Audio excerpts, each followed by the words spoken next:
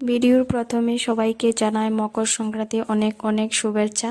তো দেখো আজকে আমাদের মকর সংক্রান্তি দিন মানে সকাল খুব ভোর ভোর উঠে রান্না অনেক রকমের রান্না করতে হয়। বিশেষ করে দেখো এখানে আমি রান্না করছি ছুঁই দিয়ে মাছ দিয়ে রান্না করলাম, আর এখানে মাছের ডাল মাস্ট লাগবে আমাদের, মানে এটা শ্বশুরবাড়ির আমাদের নিয়ম। এটা মানে পূর্বপুরুষদের তারা বাড়ান দেওয়া হয়, দেওয়ার পর তারপরে বাড়ির সবাই খেতে পারবো।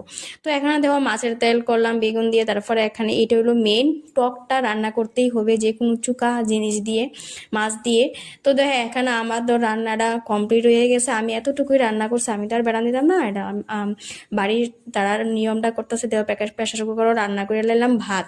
তো এখানে দেখো আমি রান্না টান্না কমপ্লিট হয়ে গেছে, আর এখনো পিঠাপুলি এখনো কিছু বানানো হয়নি, তৈরি চলতেছে।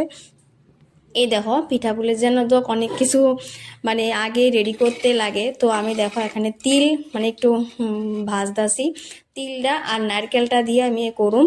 তো পিঠাপুলি পরে বানাবো। আর তোমরা কিভাবে নিয়ম করো মকর সংক্রান্তি অবশ্যই জানাই।